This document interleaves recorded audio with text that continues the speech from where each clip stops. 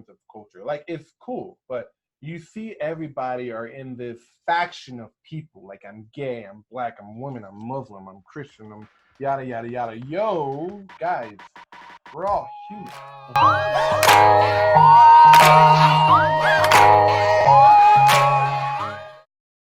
So the internet is still... Are we going? You are now? Yeah. Okay. So, you know how much I love Dave Chappelle? Yes. Oh, how stoked was I when I found out that he had a new stand-up coming to Netflix. I know. And I was about to cancel my Netflix account. No one wants to see Desmond the Amazing dressing up in drag. No one wants to see little boys dressed up as girls. I mean, you didn't ask me if I wanted to see that. No, I didn't. Ask me. No. Ask me. Ask Twitter for your next poll. Ask me. The answer is no. No, thank you. I'm going to hard pass on that one. Yeah. Did you want to see Dave Chappelle? Yes. Who doesn't want to see Dave Chappelle? I love that guy. Love that guy. Tell me, who am I?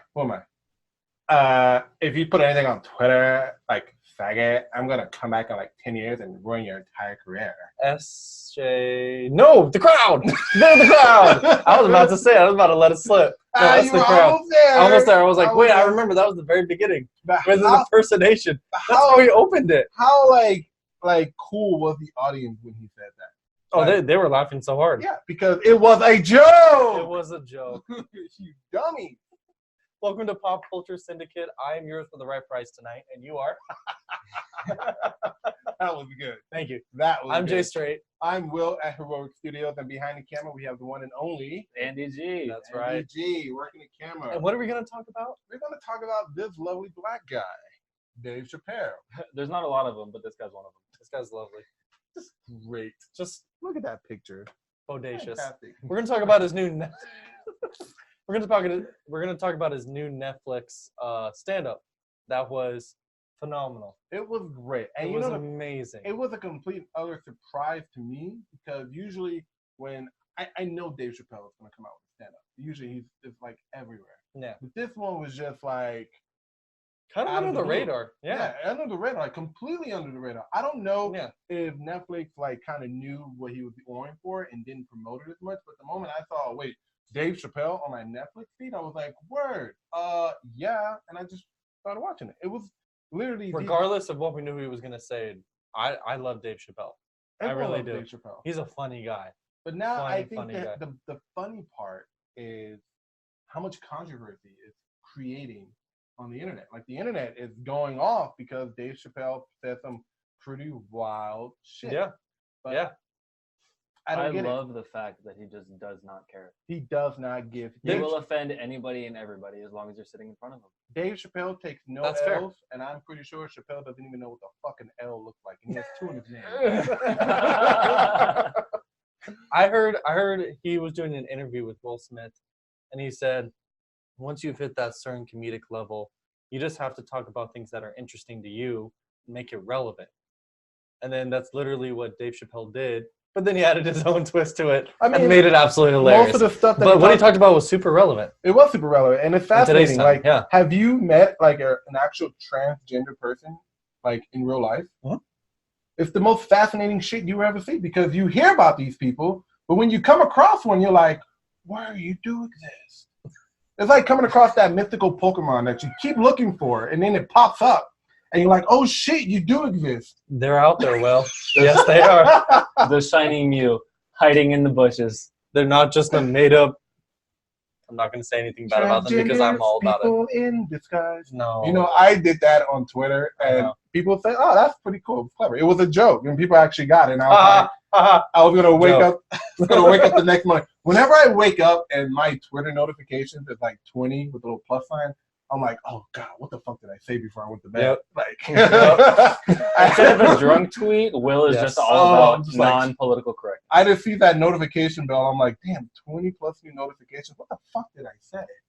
And usually it's just something like cool, but every once in a while you get that one person who's like, oh my God, you're so cruel. You don't know people at all. And I'm like, hey, this is Twitter. You're trying to fight me on Twitter. Yo, how can you know someone when personality-wise, they're a guy and they dress like a girl and act like a baby? Like, if you're talking about the man dude in GameStop, like, I would have called the dude a sir like at least 3 times before I. Oh, in kinda the beginning caught of on. this year? Yeah. Like, I mean, Wow. you're just basically a man in a fucking skirt. That's it. And your voice is deeper than mine at this point. So why are we even talking about this? What did Dave Chappelle talk about? Dave let's Chappelle kind of tie this whole thing talked together about- before we get into our thoughts. A little context for you guys. Dave Chappelle Yeah. talked about what he called the alphabet people. The alphabet people. Which was great. It was great, but It was I mean, great. like, okay, most people don't know, but my uncle was gay. My uncle who passed away a few years ago, he was gay, like the gayest of the gays. But the dude, He was yeah, fabulous. he was fabulous. But I kid you not, dude, like he was one of the biggest father figures of my life. Yeah. For sure, right? Yeah. Dude could take a joke. I went to a gay pride parade with the guy, and it was actually really fun. Yeah, it was fun. It was in Texas one year, and it was like, oh, this is in fun. Texas? Yeah. That's wild. That's interesting. That's for real. yeah. It was in Of all states. it Of was all in- the states. Of all states. It was in. I think it was like in Houston or Dallas. I don't remember. That would be in Texas, yeah. I went with him, and it was like a lot of fun. These people were just hanging out, having fun, and just it was all cool. And people just like cracking jokes on each other because it's a fun thing to do. But now you fast forward, literally damn near 10 years later, and people, whether you're gay or you're not, seem to just, if it offends them, they have this thing to where they're going to try and get you canceled because they don't like what you're saying. And I can't live with that. Even though they chose to either watch it or listen to it or talk about it or hear opinions about it, it's a choice that they made to even interact it's like being with gay. what they're complaining about. Swing and a miss. No? Okay. Not on that Okay, one. okay. Not on that one. I'm trying to make it relevant. But no, yeah, I get what you're saying at the same time. It's like, even Dave Chappelle said, it's like, you chose to click on my face, bitch. You know? Yep. He said that in the middle of his stand-up, and Yeah, he he looked did. right at the camera and said it, and it was And talked into our souls. It was the funniest. I think that was probably like the best line ever. Doesn't matter what I say. And if you at home watching this shit on Netflix, remember, bitch, you clicked on my face. The biggest issue I have with the whole not liking what you're hearing is there needs to be some form of disagreement so that way we can move forward. Yeah, agree. But if you don't like what you're hearing, you can't just be the first one to shut it off. Like that's where the problem is. The problem is if you disagree with what's being said or what you're hearing, you can't just automatically X. You can't just say, nope, I don't want to hear about it. I don't want to hear, I don't want anyone to talk about this. We're just going to be in our nice little comfort zone where we talk about the things that we like. That doesn't get us anywhere forward. No. The greatest I would say achievements is when people stepped out of their comfort zone, even if you disagreed with the stuff that they did, but there was some form of dialogue to where someone agreed and someone disagreed, and they had a conversation about it, and they came to maybe not an agreement, but they came to an understanding. Yeah. And you're never going to get an understanding if you're bashing, if you're neglecting, and if you're just flat out not letting people say what they want to say. Well, that's the thing now, because I don't know where the hell it went wrong, but I guess after Trump became president, his whole culture of Antifa and people who just don't want to speak with conservatives, it just started taking like a snowball effect. Like there's a system that's going around to where I listen to conservative podcast channels, but I also listen to liberal podcast channels just to kind of get whatever argument of the week is going on, just to kind of get both sides, right? Just get both sides of the story to understand, because that's what you do to kind of come up with a logical, I guess, educated decision on how you feel about these certain things, right? Mm-hmm. And liberals who do their podcast, they say that they will never have a conservative on their podcast, not because they don't like conservative, but because their audience is not going to approve and therefore try and get their show canceled. And that's insane. That's a problem. That is a huge That's a problem where you have people from different sides of the aisles trying to come together and talk about certain things. They might not agree. They might agree. Who knows, right? Mm-hmm. I don't think it even matters if they agree or disagree. It's just they're coming together and they're talking, right? Like there's some form of delegation. There's some form of respect. Exactly. And if the respect isn't there because you're not being even allowed to talk to someone else without being booed off stage or have something thrown like at you or whatever the case is, then there's a bigger problem. Exactly. But I mean, people like Ben Shapiro and Kenneth Owens, dude, they love to have people from the left come onto their shows and talk to them about that. And I think that's freaking awesome. Like I've even had people come on my indie comic book shows who are from the right.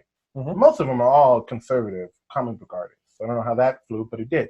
But Really? Yeah, they're all conservative. Or I would say there were maybe about a handful who weren't, but most of them hold up conservative values.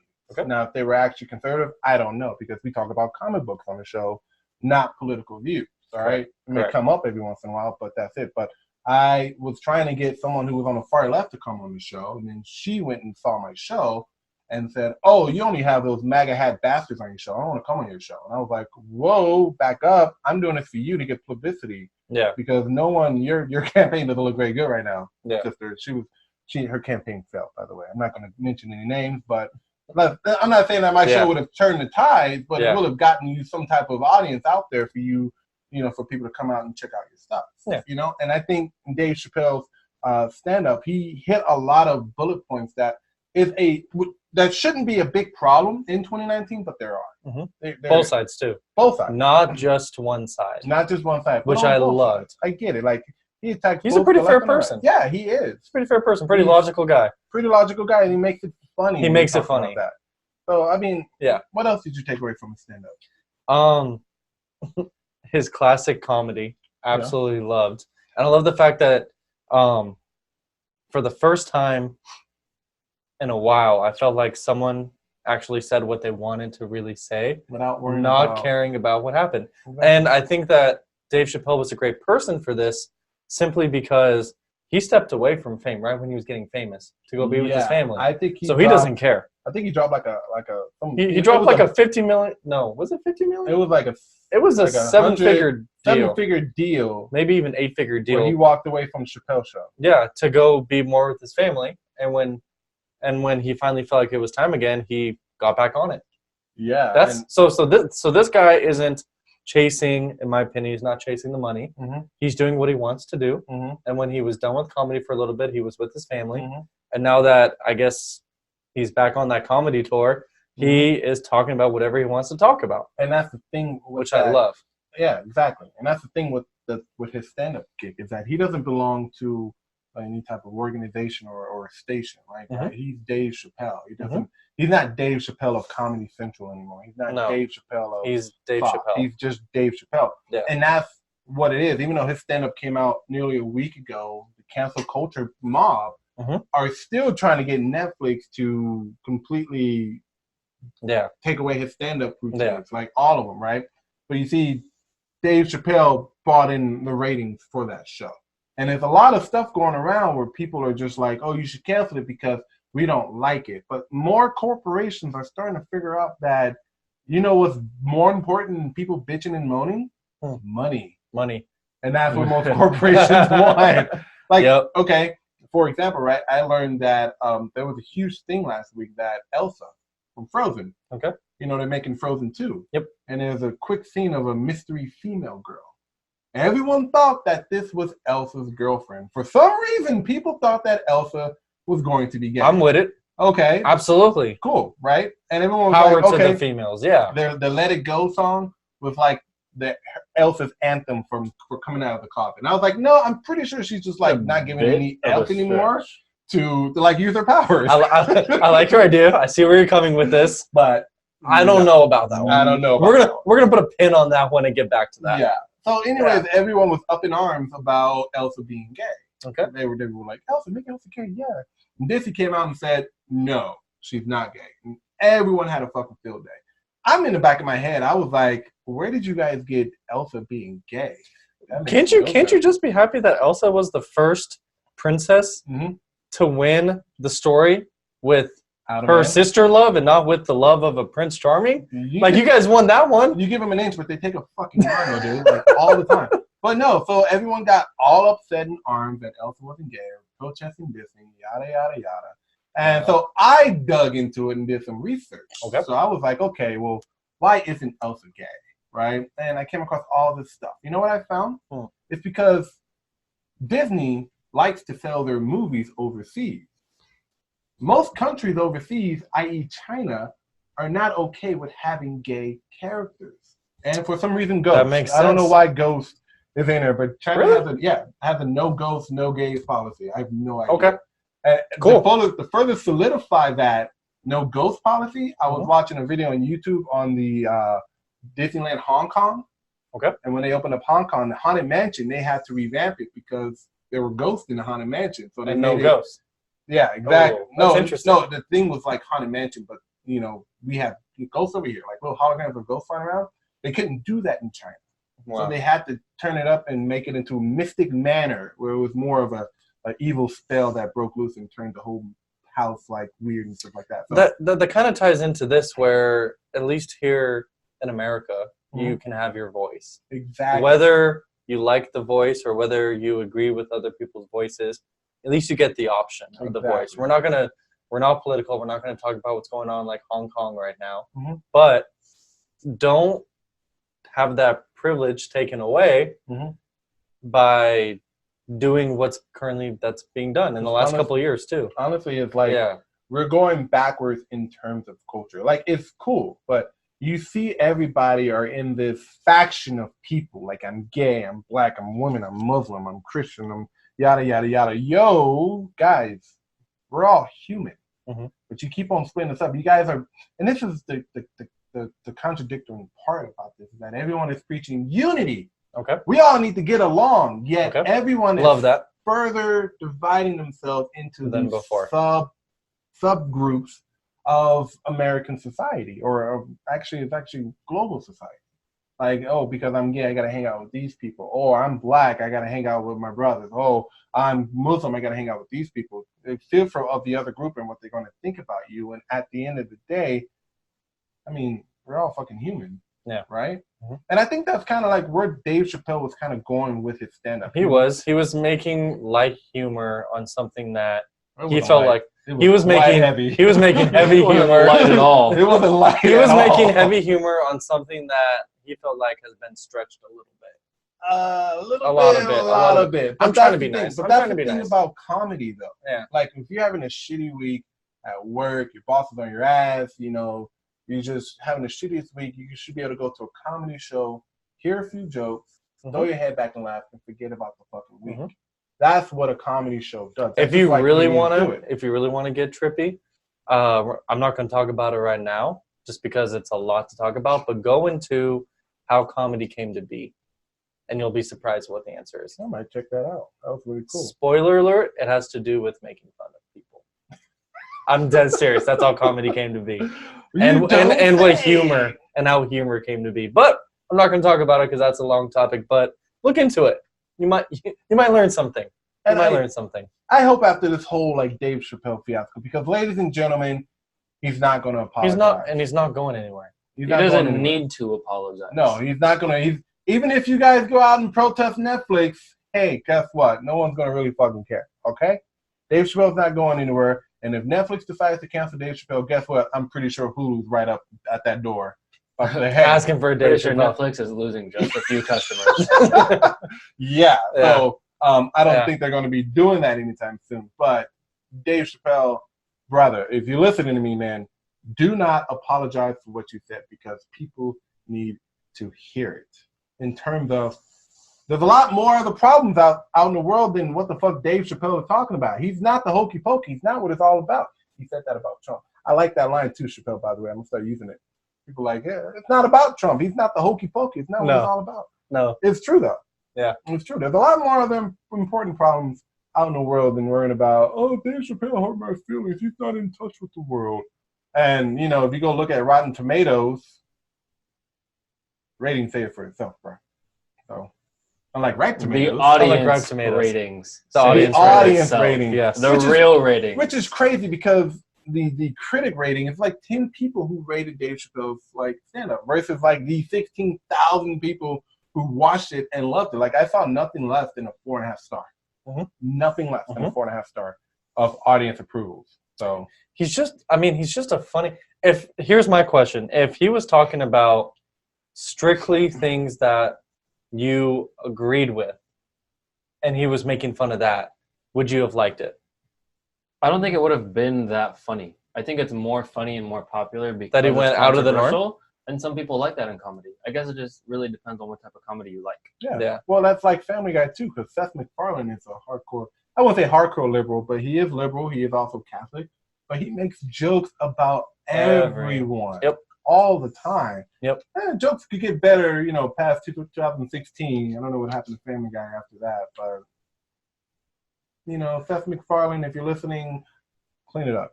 That's all I'm saying. All right. So, well, that's all I got for me, man. I'm gonna watch that stand up one more time because I find it. So you give it a fucking thumbs hilarious. up? I give it a fucking see my toes. 2 We thumbs don't need to up see your and a toes. big We don't need to toe. see your toes.